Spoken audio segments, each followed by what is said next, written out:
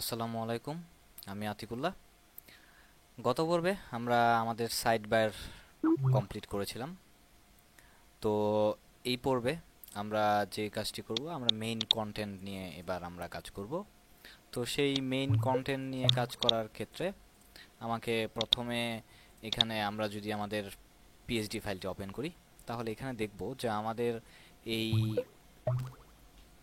PhD ফাইলের মধ্যে আমার এই লেখাগুলোর স্পেসিং একটু অন্যরকম, একটু ফাঁকা ফাঁকা, এবং এদিক দিয়ে আমার যথেষ্ট জায়গা ফাঁকা রয়েছে। সেদিক থেকে আমার এইচটিএমএল ফাইলের মধ্যে সেরকম নই। তো সেটির জন্যে আমাকে কিছু কাজ করতে হবে। আর আরেকটি যে কাজটি আমি করতে চাচ্ছি সেটি হচ্ছে যে আমার মেইন ডট পিএইচপি সিএসএস ফাইলের আন্ডারে আমি আরেকটি নতুন ফাইল অ্যাড করতে চাচ্ছি। সেই নতুন ফাইলটি হচ্ছে সিএসএস ফাইল, যে এটি শুধুমাত্র আমার হোম সিএসএস, মানে শুধুমাত্র হোম পেজের জন্য কাজ করবে, হোম সিএসএস। এবং এটিকে আমি সেভ করলাম।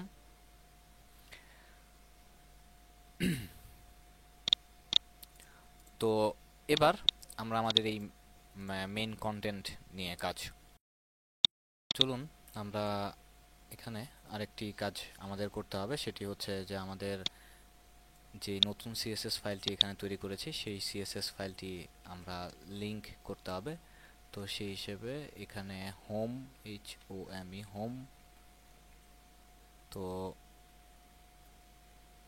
Home CSS, home dot CSS, সেই ফাইলটিকে আমরা এখানে লিংক করলাম।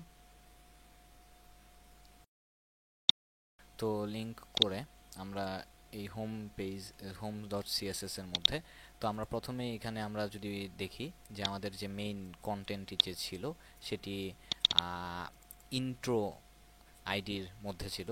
তো সেই হিসেবে আমার হোম পেজে হোম ডট সিএসএস এর মধ্যে আমি ইন্ট্রো মার্জিন 20 এবং ইনলাইন হাইট 2, এবং এটিকে আমি সেভ করলাম। এবং এখানে আমার পিএইচডি ফাইলের মধ্যে যদি দেখি যে আমার এখানে লেখাগুলো অনেক ছোট ছোট এবং আমার এখানে লেখাগুলো তুলনামূলকভাবে বড়।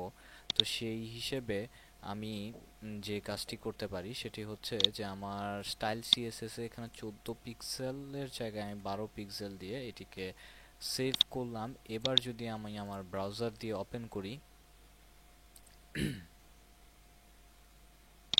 তো এখানে পূর্বে এরকম ছিল এবং বর্তমানে এখানে আমার লাইনের স্পেসিং ঠিক হয়েছে এবং এখান থেকে যথেষ্ট পরিমাণে আমার এটি এখানে লেগে গিয়েছিল লাইনের সাথে, এবার এখানে নিচে চলে এসছে। তো সেই হিসেবে আমার এখন লেখাটি যথেষ্ট পরিমাণে সুন্দর দেখাচ্ছে। কিন্তু এখন যে প্রবলেমগুলো হচ্ছে সেটা হচ্ছে যে আমার এই বাম সাইডে 30 পিক্সেল আমরা খালি রেখেছি, কিন্তু এই সাইড দিয়ে আমার একদম বর্ডারের সাথে লেগে যাচ্ছে। তো এই ব্যাপারগুলো নিয়ে আমাদের একটু কাজ করতে হবে। তো সেই হিসেবে আমরা যদি এখানে চলে আসি ড্রিম ওয়েভারে, তো এখানে আমার যে main style dot CSS file, সেই স্টাইল ডট সিএসএস ফাইলের মেইন কন্টেন্টের মধ্যে আমি প্যাডিং ইউজ করলাম। প্যাডিংয়ের মধ্যে প্রথমে দিলাম 0, তারপর দিলাম 30 পিক্সেল, আমি প্রথমে যেহেতু দিয়েছিলাম, তারপর 0, তারপর 0, এবং এটিকে শেষ করলাম। কিন্তু এটি করার ফলে আরেকটি সমস্যা, সেটি হচ্ছে যে আমার এখানে উইডথটা যেহেতু 500, কিন্তু আমি এখানে 30 পিক্সেল দেওয়ার ফলে আমার ওই দিক দিয়ে উইডথটা বেড়ে যাবে। তো সেই হিসেবে এখানে 407 আমি দিলাম। এবং এবার যদি আমার ব্রাউজার দিয়ে ওপেন করি, তাহলে এখানে দেখুন যে এবার আমার এখানে 30 পিক্সেল এবং এদিক দিয়ে 30 পিক্সেল দুটি সমান সমানভাবে জায়গা দিয়েছে, যেটি এটির তুলনায় যথেষ্ট পরিমাণে সুন্দর এবং প্রফেশনাল দেখা যাচ্ছে। কিন্তু এখানে আমার কাছে মনে হচ্ছে যে ডাব্লিউ আর এল এই দুটোর মধ্যে লাইনের মধ্যে একটু অসামঞ্জস্য রয়েছে। তো সেটির জন্য এখানে আমি একটু ছোট্ট করে দিলাম। এবং এবার যদি আমি ওপেন করি, এবার আমার কাছে মনে হচ্ছে যে সমান সমান ইটস ওকে। তো যাই হোক, এবার আমার যে কাজটি করতে হবে, পরবর্তী সেশনে আমরা চলে আসি, যে এবার আমার এটি ওকে, এবার হচ্ছে আমার এই অংশটুকু। তো এই অংশটুকু আমি সিম্পলি যে কাজটি করতে যাচ্ছি, যে আমি সিম্পলি এটি ড্র্যাগ করে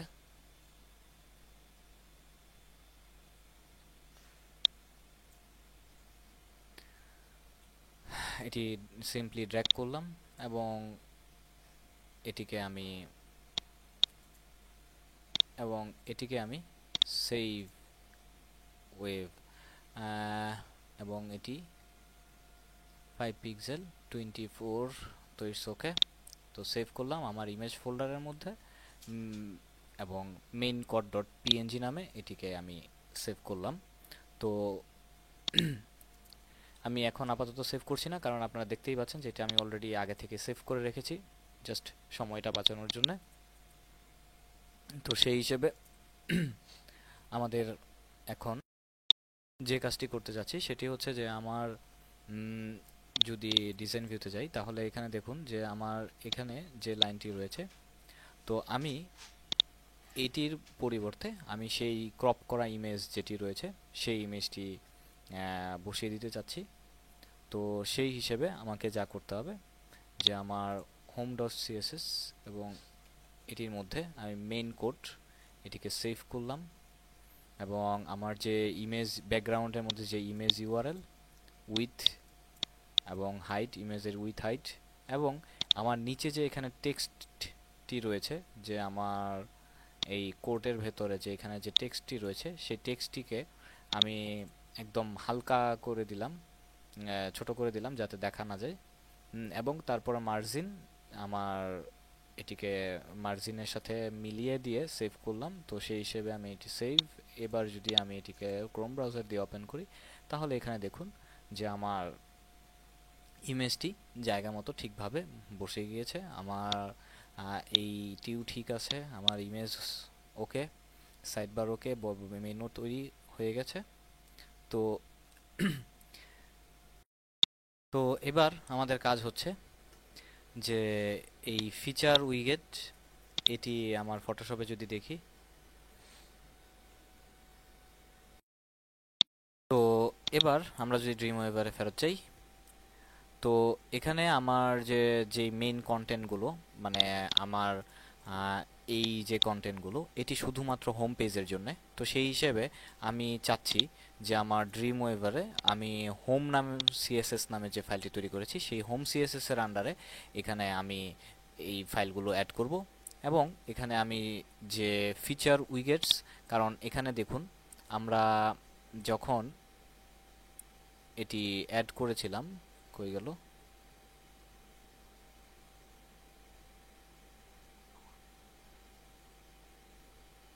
ওকে।